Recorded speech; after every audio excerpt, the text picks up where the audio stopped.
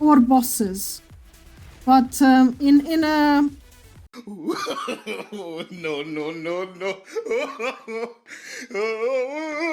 in Skyreach, no. Oh! Okay. No, there's another one. Oh, you got ported back? You what? Okay. What? I am so confused. You don't get knocked off anymore? That's a bummer. Okay. Well. It looks like Prot Warrior has won the poll.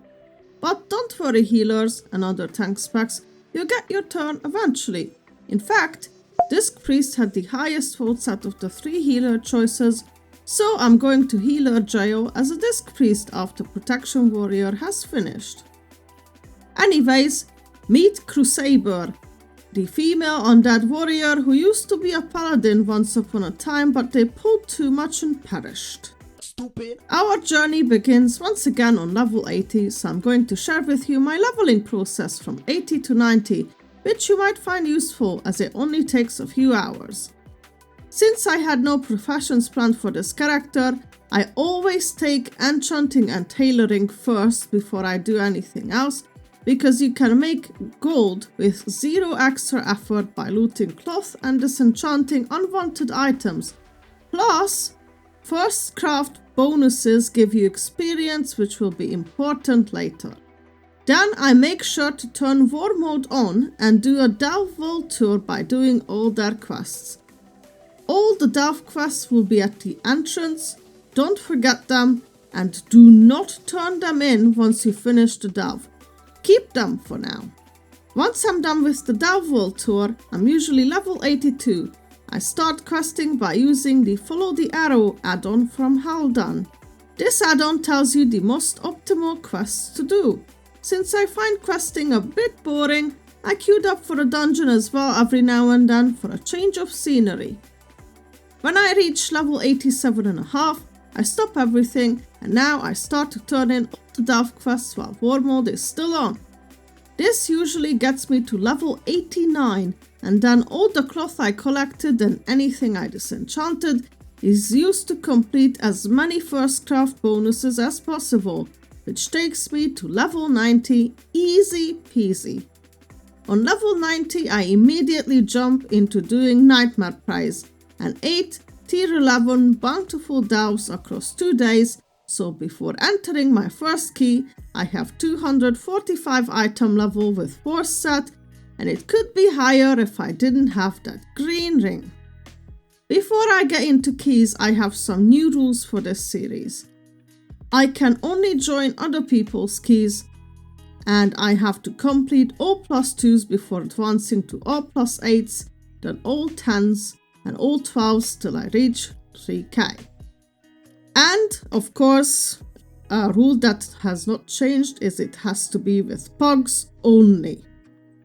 I always find myself lacking crests of both champ and hero, so this should help alleviate that.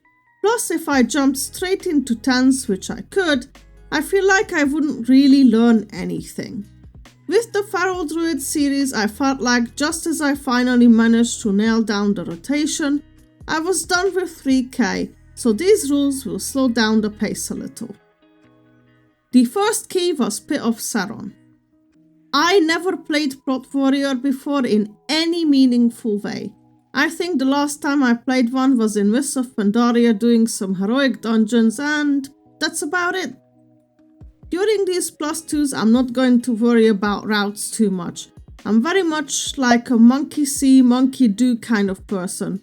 I try to vaguely remember what I've seen other tanks pull normally and just follow the same path. I'm using this talent build a friend of mine helped me put together, because on Archon I saw the most used build is one that's using only 1 point of the Apex talents, and I was kinda unsure if it would be wise for me to go with that, but if you know anything about it, why, feel free to explain in the comments. I did not expect to see a 281 Fury Warrior in a +2, so we kinda blew this dungeon out of the water. If he wasn't here, looking at this poor Pharaoh's damage, we would have probably taken a while to get these packs down. But that's okay. Since we were basically carried by this warrior, nothing interesting happened in this key. I'm glad I was able to hold aggro against him, so that's something, but because of him, we easily triple upgraded the key. From this point onwards, I have a confession to make. What'd you do? I got new internet recently and I was testing streaming, but I also needed to record dungeons for this episode and I didn't know how to separate that, so I have to use my WOD. And since I mentioned it, you should go and follow me on twitch.tv/SaluunTV. I still have to set up some things to start streaming properly on a schedule, but I'll announce everything very soon, so don't worry. Anyways, the next dungeon was Misery Caverns, where the healer was massively overgearing this key, which once again made me feel like getting carried.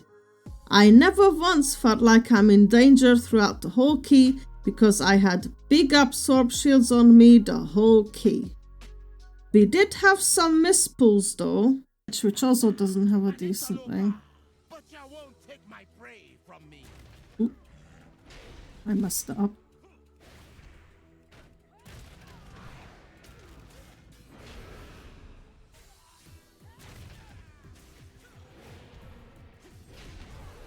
And I need someone to kick the Hexer. What? Where is... Oh man, who pulled that? It's gonna fall as well. Man, this is not what I wanted, but... in a hierarchy, this would have gone really awry, but... it's fine for now. As I said, I'm following what others do, and this is what I see others do, but these patrols don't walk into us. But surely there's gotta be a pug-friendlier way to do this. I am, for now, not trying to worry too much about the route, because it's just +2. Nothing really matters yet. I can't interrupt that. He stunned it in the smash, which is okay. Now wait. I'm gonna pull that guy as well, because we need it. Technically. Oh well. Which were not dangerous on this key level, but I did mess up the percentage at the end because I had way too much, but whatever. I had a bit of a strange key as well, where things were a bit messy, which of course had to be Skyreach. Do we have any lost in the chat? We should have a hunter who is not pressing it, of course. Why would a hunter press lost? Right. If you are a class that has lost, do you just wait for someone to tell you to use it? You can go two ways about it. You can either ask at the beginning and people will generally tell you, like the tank, use it on first pull here and there. Or if you use it on a big pull, you cannot go wrong with that. Or bosses. But in Skyreach, oh no. Oh! Okay. No, there's another one. Oh, you got ported back? Okay. What? I am so confused. You don't get knocked off anymore? I have no idea what just happened. My voice is starting to go away.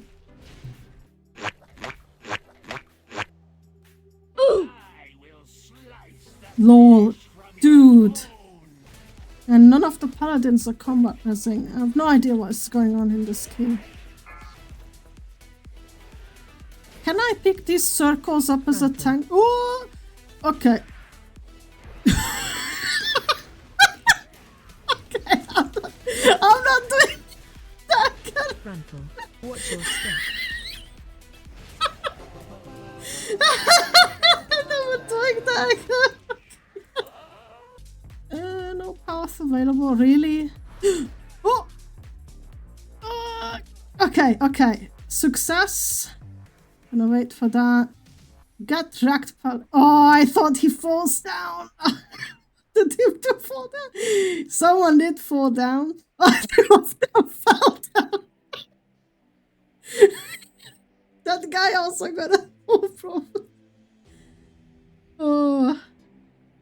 Peak. +2s. This is peak. I wonder if we didn't press this, how long would it have taken them to make it up? Oh my god, only me and the hunter kicked it. Oh, Jesus Christ. No wonder those repels went through. There we go. Oh, we still +3 did, despite all the dumb stuff. A few moments later. Every group has a tank? Are you shitting me? Bruh. So much for tank shortage. I must have a rant here. I naively thought I'll be the hero of all the poor DPS players who are trying to level up their keys from +2s, only to find out that I, as a tank, am struggling to find spots because there are so many tanks joining for +2s nowadays. Tank shortage my ass. Overall, my keys went pretty smoothly, but I'm kinda confused about some things regarding Prot Warrior, so I'm gonna ask you guys here. Defensive stance and battle stance. Do you ever change these in a dungeon or go with one for the whole key? Another question is the shattering throw. I see this deals more damage to absorb shields and it lights up when there is one. Is this worth using at all? I've been trying to snipe them, but unsure if this is worth given its long cooldown. I'm also a bit unsure about when is the best time to use Demoralizing Shout. Do I send this on cooldown or use it only on bigger pulls? Should I use it on bosses as well or not? And one last question. Is there an add-on for Spell Refract? I used to play Arms Warrior on Dragonflight, and there was a weak aura for Spell Refract that would just put an icon on your screen with a voice to tell you you are being targeted by something that can be reflected. Is this still a thing by any chance? Would be cool if it was. I timed all the dungeons with ease, but these were just +2s. I wasn't in any kind of danger yet, so it's hard to judge the specs so far. However, there was something that made me really happy. You didn't fall in Skyreach down yet. There will be a time. There will be a death knight. Whoa. He says good tanking? Guys. I am not joking. Good tanking. Oh my god. Thanks you so much. First, good tanking message. That's a thumbnail right there. Unfortunately, I never looted the ring, so my item level didn't change much. I just upgraded a couple items. So that's it for the first episode. I hope you enjoyed it, even if I had to use my Twitch word. Leave a like if you did, subscribe for more, otherwise I'll see you next time. Bye bye!